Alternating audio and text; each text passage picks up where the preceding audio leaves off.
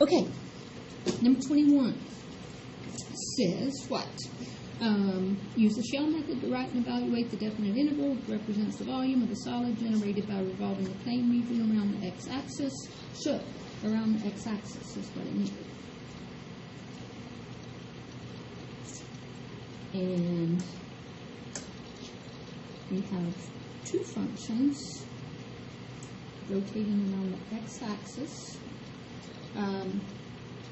Do the graphing that you can easily do without a calculator. I mean, check yourself on the calculator, but the more you practice not having to use the calculator, the better.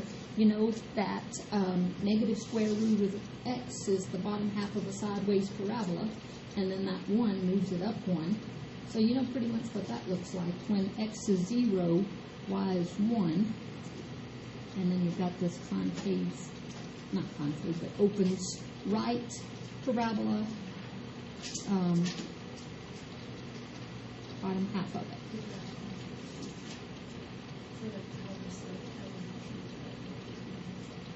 Okay. You know, it helps a little bit in my mind if I write it this way. I know what square root of x looks like. I know a negative coefficient flips something across the x-axis, and then that adding 1 on the end moves it up 1.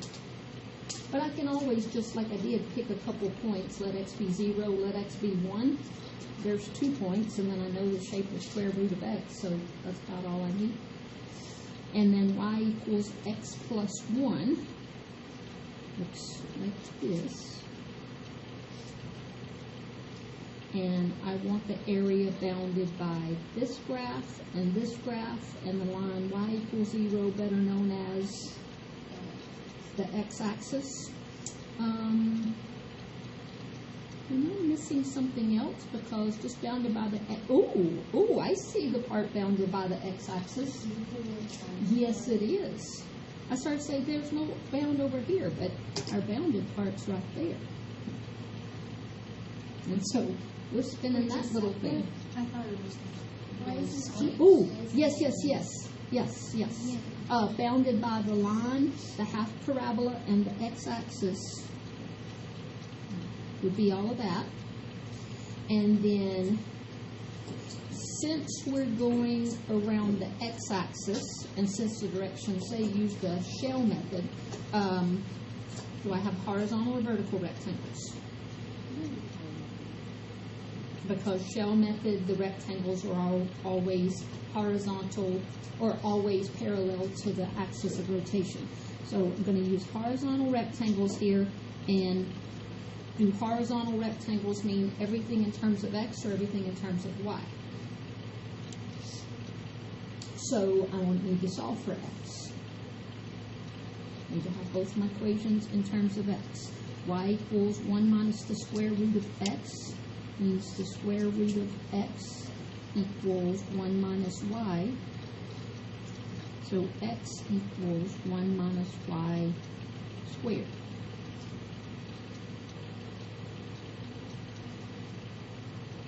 And the other equation is just x equals y minus 1. Everything good so far? And I don't mean do you understand, I mean have I made a mistake? Is everything correct so far? Everything looks to be so. Add, and then subtract, and then square. Okay, well that looks good. So, when I have everything in terms of y now, and I'm finding the volume by the shell method, so the volume is 2 pi times the integral from what to what?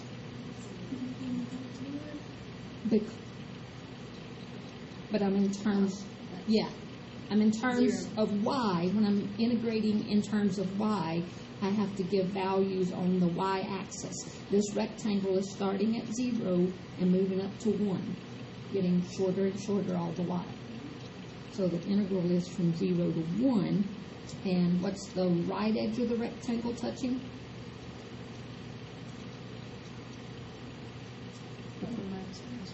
The parabola. And what's the left edge of the rectangle touching?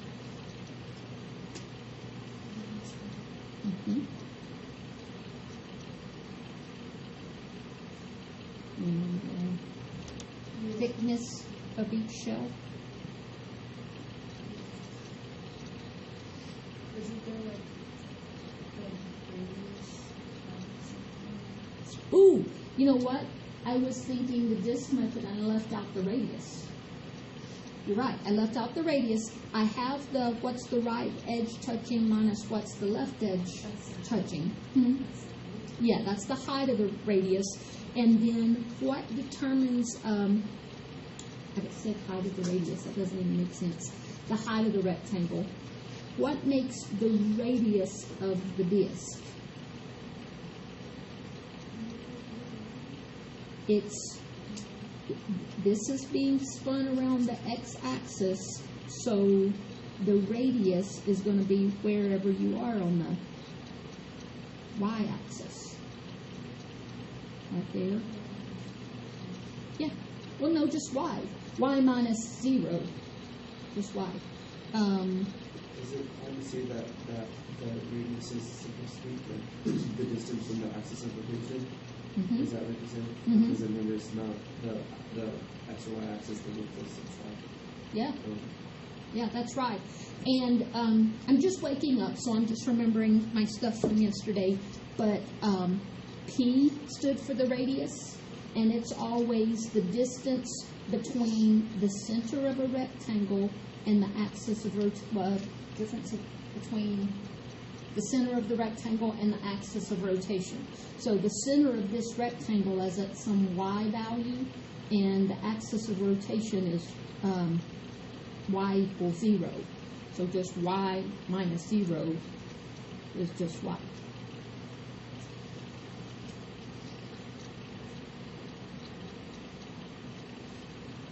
If it was y,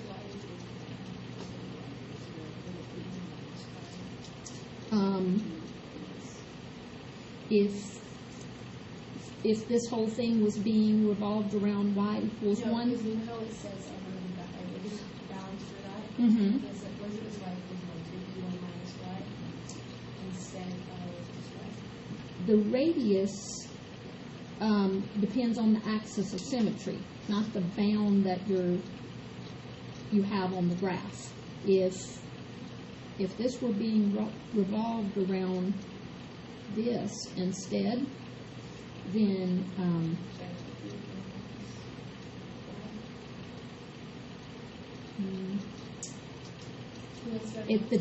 okay, I'm thinking too. It's the distance from the center of a rectangle to the axis of revolution. The center of the rectangle is at y. The distance between y and this line is y minus 1. Yep. This would be, if we were rotating along the line y equals 1, then that would be y minus 1. All right, give me another.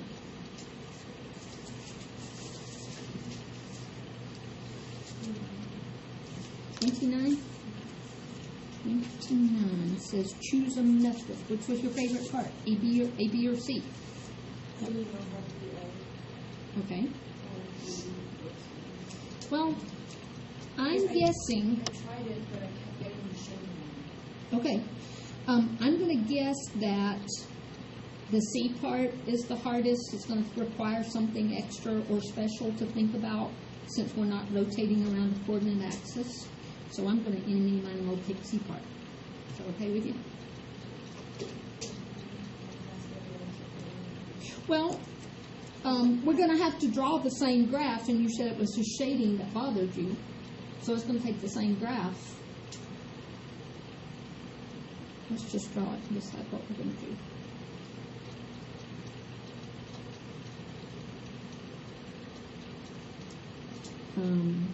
You know what y equals x cubed looks like.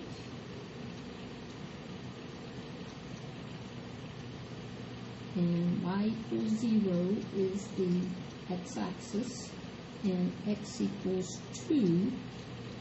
When x equals 2, y would equal 8. So what part of that graph is bounded by the function that I just drew, the x-axis, and that line x equals 2?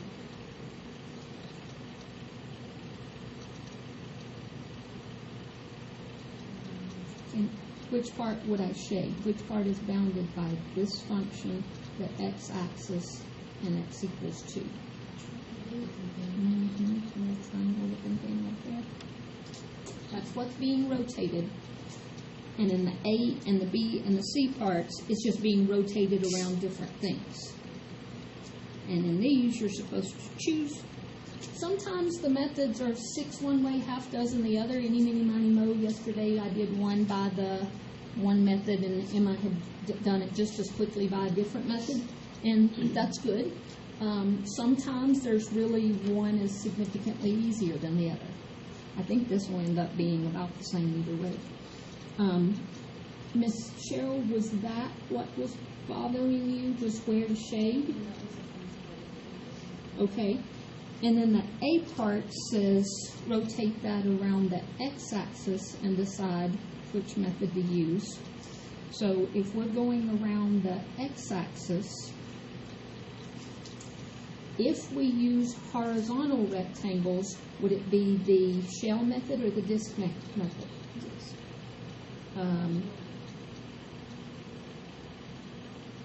If we use horizontal rectangles, would it be parallel or perpendicular to the axis of revolution? Once I use horizontal, the x-axis is horizontal. I thought the C part Oh, but we were talking about the A part first. Oh, I thought you were doing the C part. I was like, Yeah, no. I was going to discuss the A part and the B part and then do the C part. oh, okay. Okay, Gotcha. so I gotcha. If we're doing the A part, rotating around the x-axis, and we choose to use horizontal rectangles, then would that be the disk method or the shell method? Shell method, because that would be parallel to the axis. If we use vertical rectangles, would that be the disk method or the shell method? That would be the disk method, because then it would be perpendicular to the axis. If we use vertical rectangles, do I want my functions in terms of x or in terms of y? In terms of x, which I have, so I think disk method would be the easiest thing to use on this one. In the A part. Just because I have the y already by itself,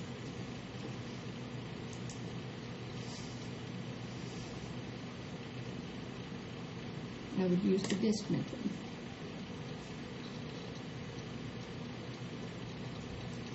And I would say for the disk method, v equals basically pi r squared. So pi times the integral from, where is that green rectangle beginning its slide?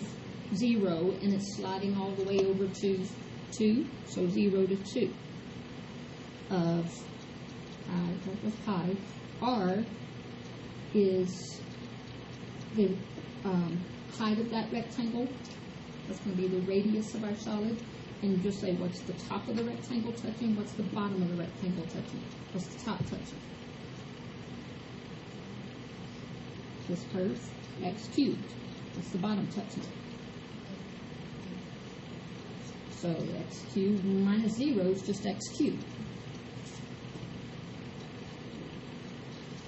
And pi times, this is my r, it has to be squared, and then dx.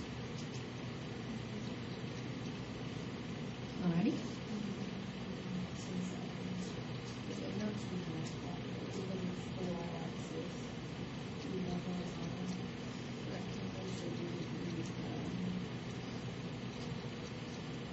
If we were going with, I'm going to just draw it real quickly again.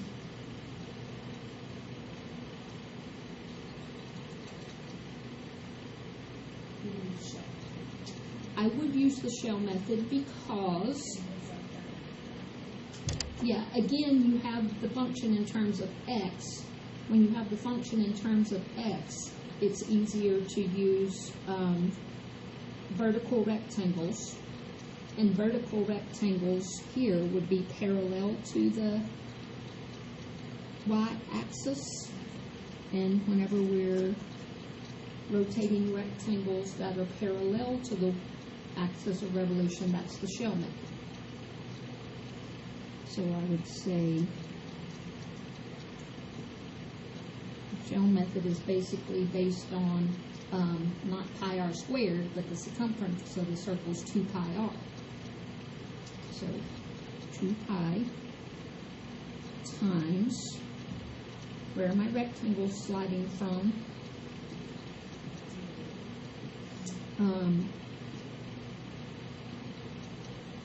Yes, I need to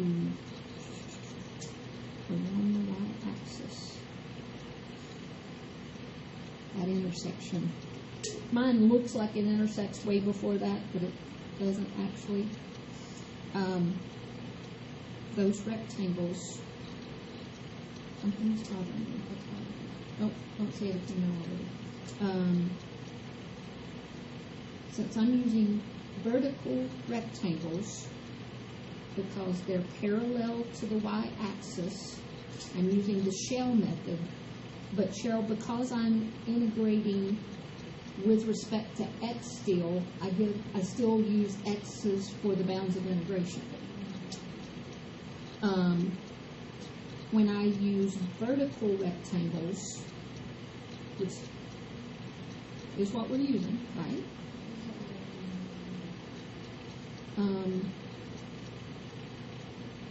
No. The reason that I chose to use vertical is because I have y in terms of x. Y in terms of x is always vertical. Now I could use x in terms of y, because that's easy to solve for x. Then I would be using horizontal rectangles, but horizontal rectangles would be perpendicular to the y-axis, and then I would be using the disk method instead of the shell method. And I think that would be just about as easy. You need a summary. Let's see another handout formulating in my head. You need some foolproof. It's always true that when you have horizontal, well, let me do vertical first. It's always true that when you have vertical rectangles, that doesn't determine disk method or shell method. That determines in terms of x or in terms of y.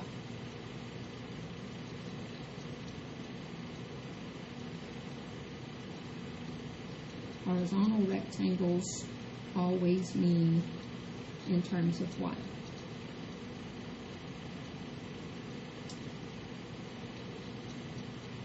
And then you determine if I'm using vertical rectangles, is that, I'm not going to have enough room here, but what I'm thinking is parallel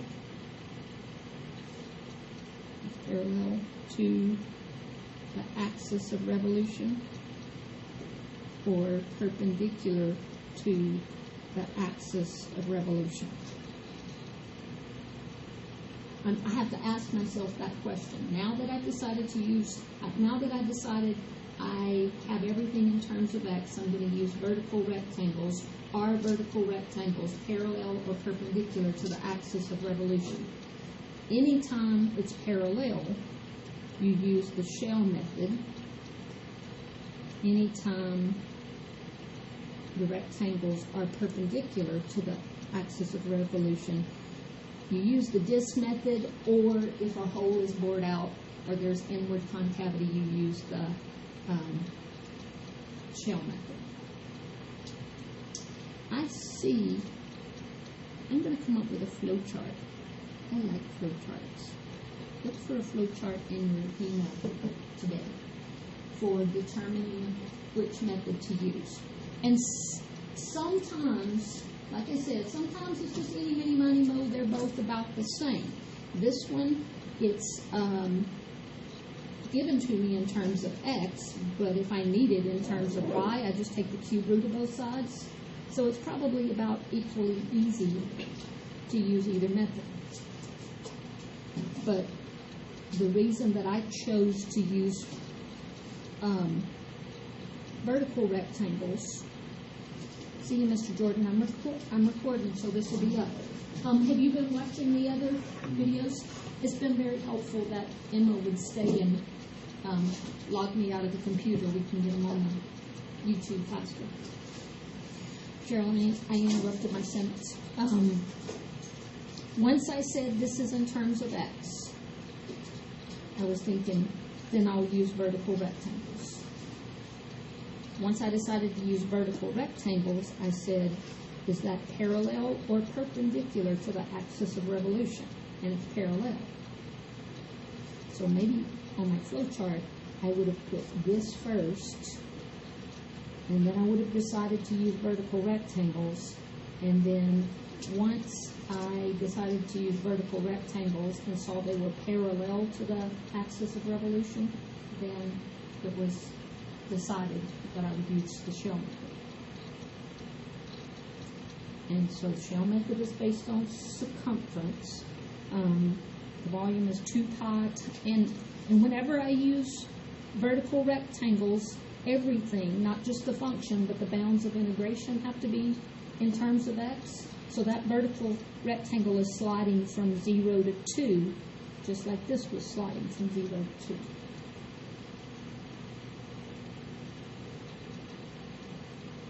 And then the radius is the distance between the center of a rectangle and the axis of revolution. What's that distance right there?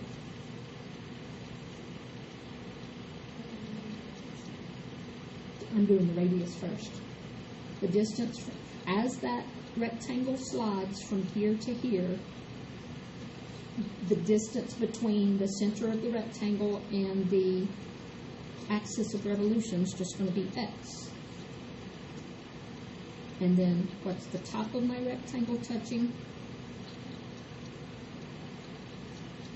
X cubed. And what's the bottom of my rectangle touching? Yeah, no real point in writing it that way. But if I do write it that way, you can see X is the radius, X cubed minus 0 is the other factor. It's the height of the rectangle, because it's always, for vertical rectangles, what's the rectangle touching at the top minus what's the rectangle touching at the bottom. For horizontal rectangles, it's always what's the rectangle touching on the right, what's the rectangle touching on the left. And the two questions that I brought up in class yesterday, the two discrepancies that I saw, I emailed them to two of my favorite calculus teachers, and they have a small child and haven't responded yet. They were probably feeding Stephen, but I'm sure they'll get back with me today. And yeah, two of our Harriman calculus teachers are a couple, married. Yeah, Stephen and Jillian and Jimmy have a little Stephen. I can tell you Stephen's going to be smart. Yeah. Why can't my parents be calculus teachers? Your parents are smart in other ways. No, my father is a piece of work. My dad had no education beyond the 7th grade, but was one of the smartest men that I knew, because he can figure out things. He can fix anything. I bet your dad's like that. Can he just fix anything? Mama used to say, with a paper clip and a wad of bubble gum, Daddy could keep the farm running. That is smart. We jumped out of high school like two months before graduation. Knucklehead. Yeah, to go to work. Yeah, that's amazing to me. Good, Miss Emma. I took a clip at 15. I was looking back at it last night, Mhm. and there was something bothered about it. Okay. Ooh, oh no, if it bothers Emma, will I be able to figure it out? Let me say one other thing about 29. Have you, is Samantha okay? She might have overslept. She overslept Okay. yesterday. Okay, So I was afraid she where was are you? sick. She was Out like, too, and I overslept. Odd. So she ran about the same thing. y'all are at a stressful time in your life. Yeah, she just said, tell Miss Miles I'm sorry. Y'all are at a stressful time in your life, and honestly, It's not going to get better in the next 2 years. It's not going to get better in the next 2 years. But 3 years from now, you will have a college degree at, what, 18, 19? You'll do fine. You can live with stress 2 years. You can, because you know it's going to end. You know it's going to end. You just breathe and keep on going. Miss Emma, I want to say one thing about the C part here, and then I'll look back at that number 15 with you. No, you're good. You're good. Same piece of graph.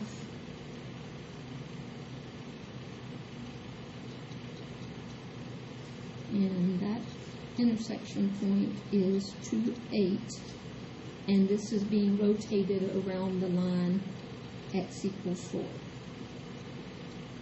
All right, what difference is that going to make? Well, I would start with, is my function in terms of x or y? It's in terms of x. So normally, not always, but normally when it's in terms of x, I'm going to use vertical rectangles. And that would be parallel to the axis of revolution. So would I be using the disk method or the shell method?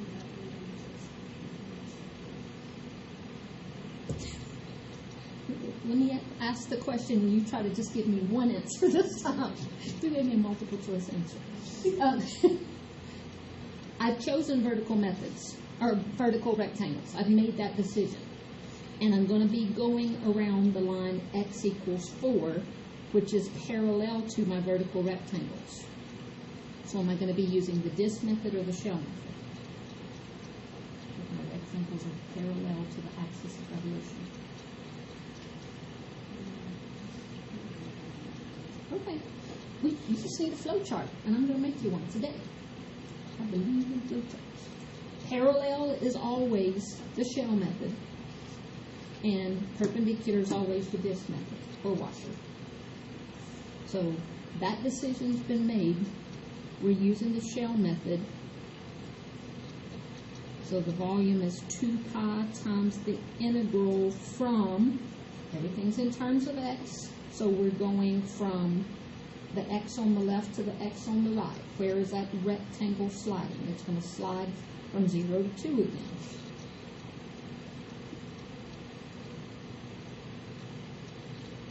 And then I need the radius, all right? I'm going to try to show you something here.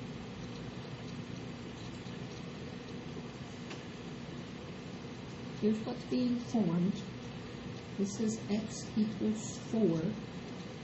The radius, as this little rectangle right here is being flopped over here and coming back around and around and around, the radius is the distance between the center of that rectangle and the axis of revolution. So from here to here, it's 4 minus x. You just have to keep saying to yourself, the radius is the distance between the center of the rectangle, which is x, and the axis of revolution, which is 4. And you need to give that right minus left, so 4 minus x. That's my radius. Which the book calls P. Don't know why. And then, what's the height of each rectangle? Yeah. X cubed minus 0, just x cubed.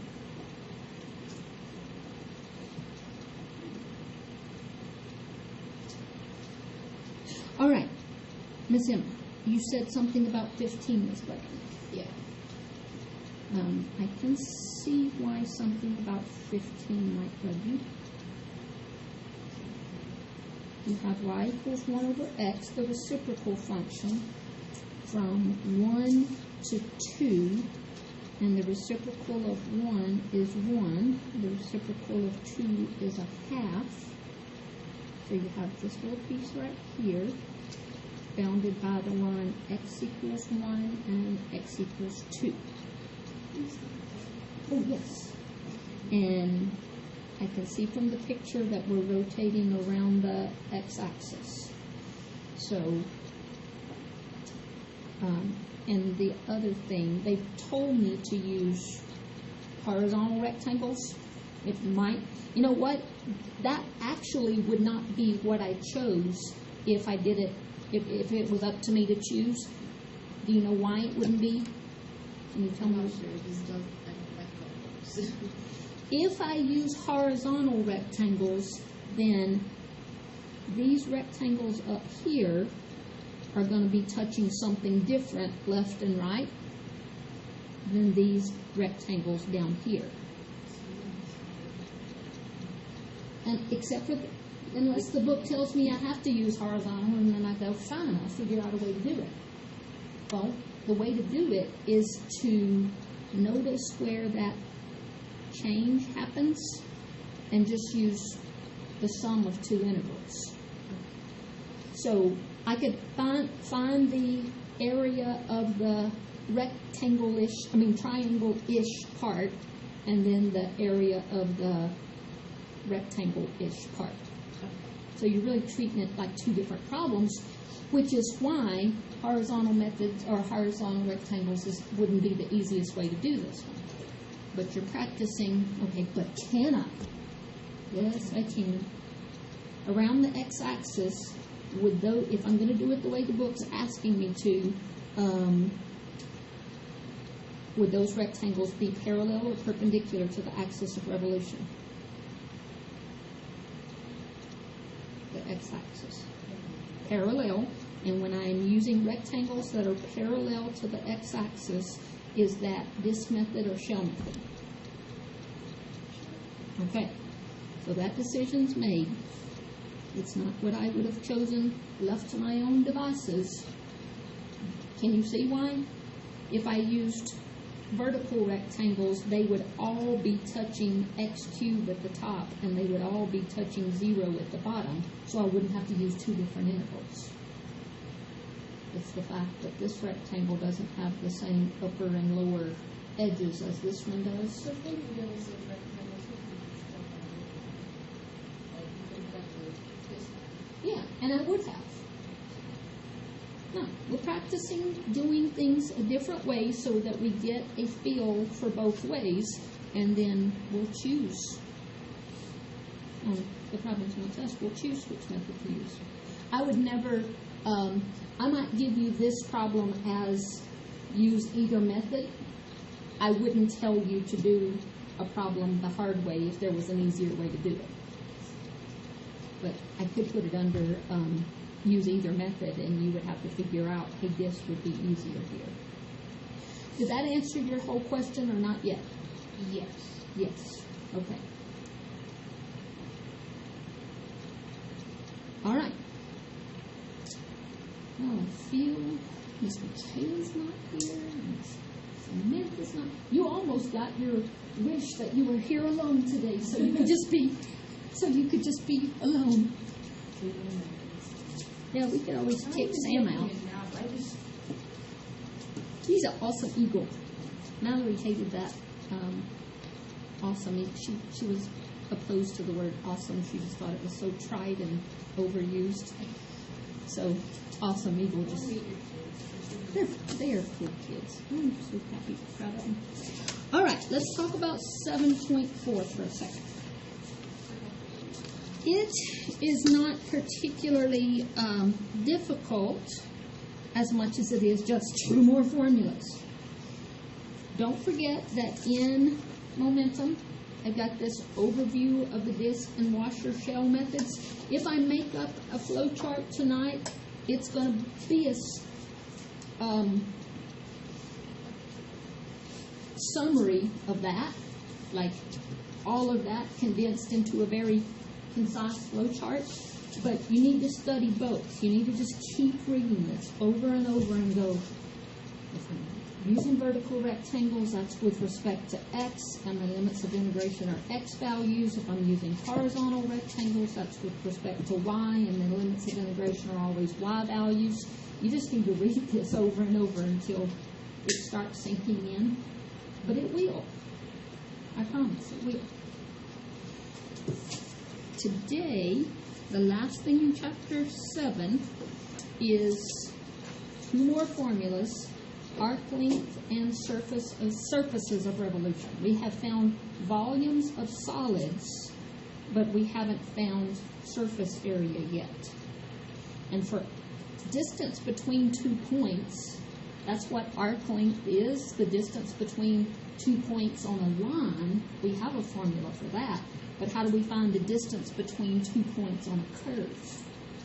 Well, here's the formula. And I'm going to put a page from the book up here in just a minute and quickly show you where that formula comes from. But we're not going to spend a lot of time struggling with that. All right, we're just going to say that is the formula for finding the arc length between arc length of the function between 2 points A and B. We integrate from A to B the square root of 1 plus the derivative of f squared. All right, even if I don't understand where a formula comes from, I'm pretty good at using formulas. You give me a formula and I can use it. All right. Now, in the notes that you printed, there was a big blank space. For example, 1, for us to have time to do it in class. We don't have time to do it in class. So I just want to show you something cool. And you can either take a picture of it or forget about it. It doesn't matter. I just want to show you its coolness. If you said find the arc length from point x1, y1 to point x2, y2 on the graph of a linear function, all right, it's just a line. Find the arc length from one point to a second point on this line, but use calculus to do it. Okay, fine. The derivative of that function is just m, because it's a linear equation. The derivative is just the slope of the line. And you know what the slope of the line is, the difference of 2 y's divided by the difference in 2 x's. So, okay, fine, I can plug that into that formula. The arc length would be integrate from x1 to x2. Miss Michaela, just take a picture of this. Don't even write it down. The square root of 1 plus the derivative squared. Well, the derivative is the slope, and this is the slope squared. And then for Michelle, you're missing good stuff. You're okay. And then, just trying to figure out what to do, I got a common denominator and added those 2 fractions. That's all I did in that step. And then still just trying to figure out what I can do, I said I have the square root of a fraction. I can break that up into square root of the numerator over square root of the denominator. And I would just have that, because the denominator was something squared, and the square root of something squared is just something. So far, so good? Yeah, you don't have to do this, but there's, okay, we're not, you were texting. Leave me alone. There's not in the country. You know what to do to people who won't leave you alone? You ignore them, and they go away. You know how to make your phone stop making noise? Turn it off and then you just want to take a picture Okay. and then go in. Okay. So far, so good. Okay. Now, it took me a little bit of staring to figure out why the antiderivative of this was just that. I'm like, just that? If this is ugly, the derivative of this ugly is ugly x. And why? What did they choose for you to let that happen? Well, it's not what they chose for you. It's realizing that if x and y are just 2 numbers that I don't know, Mr. McKillop, and you want to throw things when I say they're not variables, they're constants, so we don't know. But they are. This is some x1, y1 I don't know. This is some x2, y2 I don't know. But if all those are just numbers, then that whole thing is just a number. So It's some constant. solve this. It's just a constant. I don't know what the constant is, but it's a constant. Then why are you using And X? how do I anti-differentiate a constant dx? The constant times x. Math is so stupid. Damn it. And then if I use the fundamental theorem of calculus, plug in the lower limit or upper limit minus what I get when I plug in the lower limit, what will that x be if I plug in the upper limit and the lower limit? Which just happens to be the same thing as the denominator. So the denominator is fixing to cancel. And what are you left with? That. Which is, Is that like a distance? that's the distance formula. How do you use distance algebra? You know, when we first came across the distance formula, we just said, hey, it's the Pythagorean theorem. Here's some x1, y1, here's some x2, y2, and we can make a right triangle on that, and the hypotenuse would be the sum of the squares of the legs. That's where we said the distance formula came from. But that's everything comes with that. Every God is calculus. In the first line, in the numerator, you're adding, and then when we went to the second line, you're subtracting. Where was that? Oh, okay, typo. Retake this picture, Cheryl. Don't have the wrong picture. It is the square root of leg squared plus leg squared, not leg squared minus. That is the distance formula. Leg squared plus leg squared equals hypotenuse squared. Which is really, if you let me wax poetic, the beauty of math, that what we learned in the 9th grade about slope, what we learned in the 10th grade about the Pythagorean theorem, and what we learned in calculus 2 about the definition of arc length, all lead us to the same thing.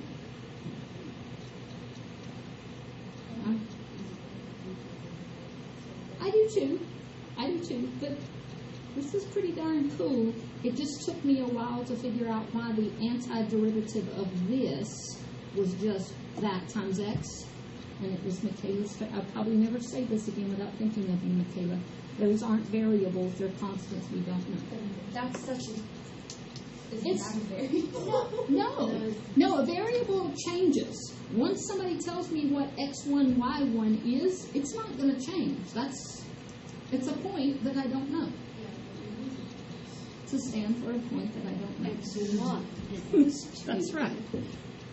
This is so terrible. This is so beautiful. It's just we get that attached. Okay. Okay. So I'm not even going to pull up page 474 to show you where that formula comes from, or we won't have time for an example at all. I do want to, I'm not even going to, I may just put my examples up here and let you take pictures of them too.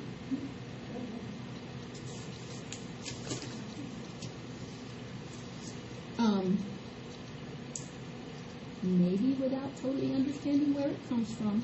Although I did look at page 474 yesterday and go, okay, I get where that's coming from, and I bow to the person who figured it out. And it would not have been me. But we're going to be using that formula. So you give me any function, here's how I use the formula, you give me any function, I'm going to take the derivative, and I'm going to put the derivative squared right there, and add 1 to it, and take the square root of it, and then integrate it from a to b, that dx. Alright, fine. You say so, I'll do it. Let's just start with a real easy one. And I think I am just going to put this up here. Yes, I copied it from the solutions manual, and then I made all kind of notes of my own on it, because I was tired of writing last night. Number 10, that's the problem. And so, and just tell y'all aren't going to be satisfied with taking pictures. I'll just, okay. That's the function. And we're asked to find the arc length on that function from 0 to 9.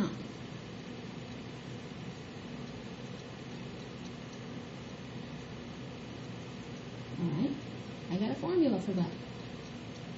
And to use that formula, I find the derivatives. The derivative of 2x to the 3/2 plus 3 is 3x to the 1/2. So just plugging into the arc length formula, I'm going to be integrating from what to what?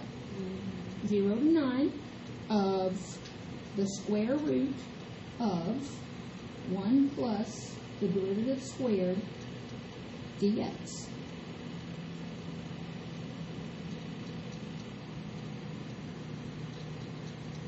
And it's just our good sins, that's u to the 1/2, where the derivative of u would just be 9. So there's no point in even writing the rest of that down. I want you to do, I think there are 6 problems in the homework that I asked you to find the exact answer just to make sure you don't forget how to integrate. But the rest of them are just punch on the calculator. So you could get the exact answer or the decimal approximation of that one pretty easily. On the handout, I said, I'm not going to show you all the ones I have listed because number 10, that was number 10. Number 12, absolutely same thing, maybe one notch uglier. Number 16.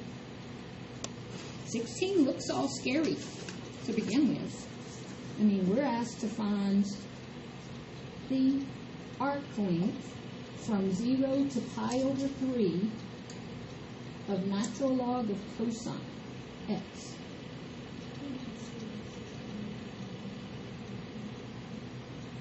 You're right. What is the derivative of natural log of cosine x? 1 over cosine x times negative sine x. What's negative sine over cosine? Aren't you a genius? So to find the arc length from 0 to pi over 3, I'm going to integrate from where to where? 0 to pi over 3 of the square root of, you might not have thought of this right off the bat. The 1 plus y squared part. Yeah, you might not have thought of that right off the bat. But the 1 plus the derivative squared part is 1 plus tangent squared. And this will be easier to integrate. Actually, you could integrate, you could integrate 1 plus tangent squared pretty easily. I don't know about the square root of 1 plus tangent squared. It's easier just to change it to secant squared. And then, because when you take the square root of secant squared, you're just integrating secant, and then you have a formula for that.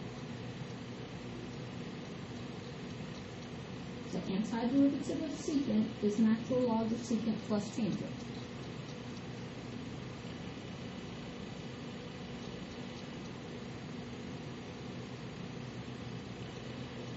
And there's just a fundamental theorem of calculus after that. So yay, just a picture. Just a picture, right? That doesn't make sense. Just a formula, I think is what I was trying to say. Alright, so do you understand that formula? Hey, back to something that's just formulaic. Formulaic is good. Well, we have 6 minutes.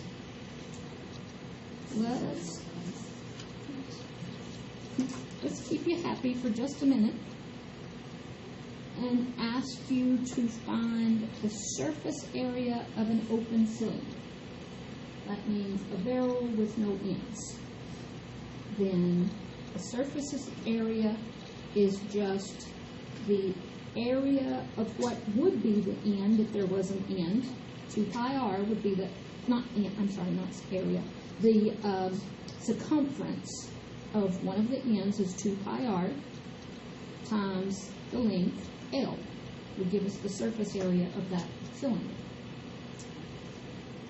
Now that's because that's a regular shape, and regular shapes have formulas from geometry, whether Cheryl likes them or not. You'll like the G word better than the C word, because the C word is calculus. Oh no. The surface area of a solid of revolution. Now we have rotated regions of area around an X or Y axis, around an axis, and it created a solid. And we found the volume of that solid, right? Here, we're not going to be rotating an area, we're just going to be rotating a curve, a line or a squiggle. We're just that squiggle rotated around the axis of revolution would form surface area that was not a solid, but yet it's like a bullhorn. It still has surface area, even though you wouldn't say volume. This formula is basically the calculus equivalent of that formula. It's 2 pi times the integral from A to B of the radius times, hey, where have we seen this guy before? It's the one you just showed. That's the arc length formula. That's what gives us the length. Oh, so this is 2 pi pi. 2 pi r times the arc length formula.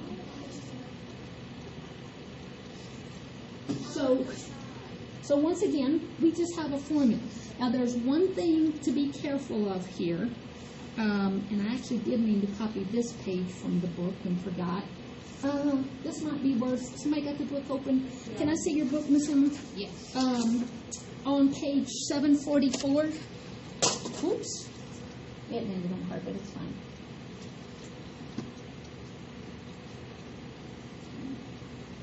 Oh, maybe it's not 744. It's not 744. Well, that's chapter 10. Maybe section 7.4 somehow in my mind became page 744. 7.4.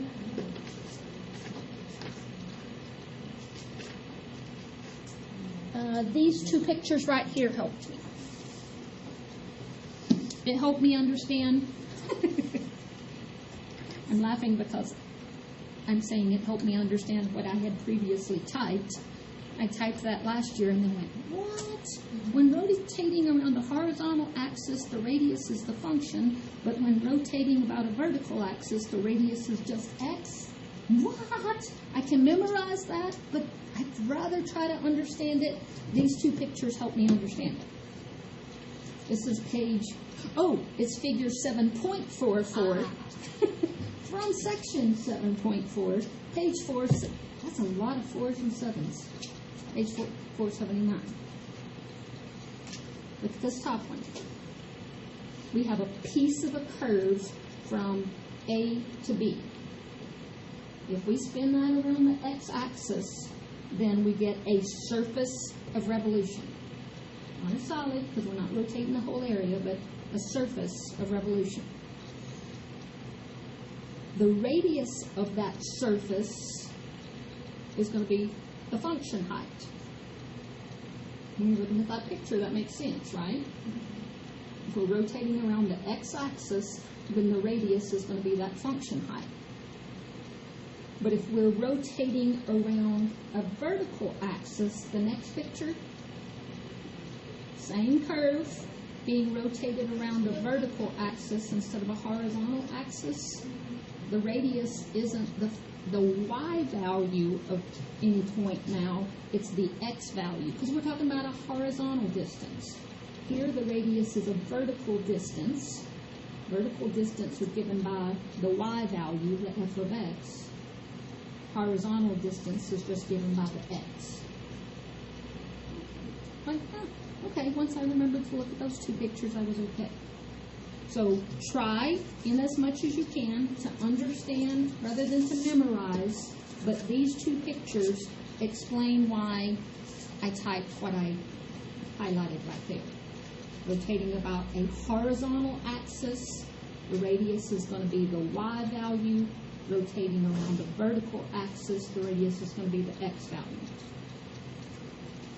And we don't have time for me to flash any more up here, but example 6 and 7 in the book are equivalent to me flashing up 2 more problems and talking about them, just using that formula. And one thing to be really careful of is if you're rotating around a horizontal axis, the radius is the y. If you're rotating around a vertical axis, the radius is the x. There are a lot of exceptions to these tests, so there's not going to be a lot of questions. I can give you quite a few questions. So that they're not worth 10 points each. You never want to take a 10 problem test. I can give you several to do by letting you use your calculator for the integration. Yeah, or just saying set it up. That's the answer to the problem. It's just the integral that you would have to set up. All right. Let me tell you, since that is 7.4 and we're officially through with it, the homework, I made it a little less than what was originally there. Just take a picture.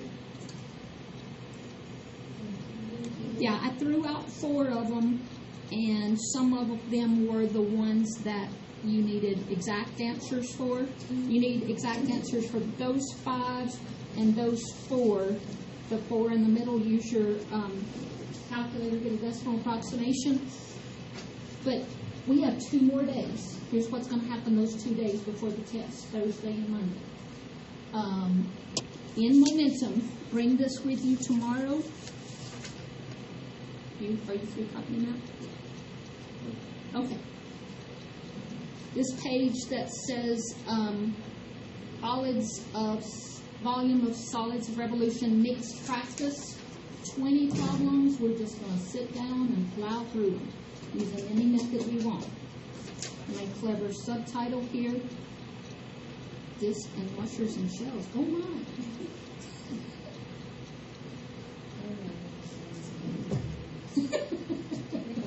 Illustrating representations, have like a CD, a washer, and a seashell. Not too many going to be a lot of math like you, but who knows why. You'll have one big body sleeve of massive. Just take your cover, that calculus notebook cover I gave you. And I can color up, rotate Yes. And then we'll calculate your volume. Great. See you, Sam. You're allowed to be in this funk for precisely 24 hours and then snap out of it. More deadlines? That is the goal, but will I achieve that? You will, because your life is going to be good after the next couple years. Your life is going to be so good.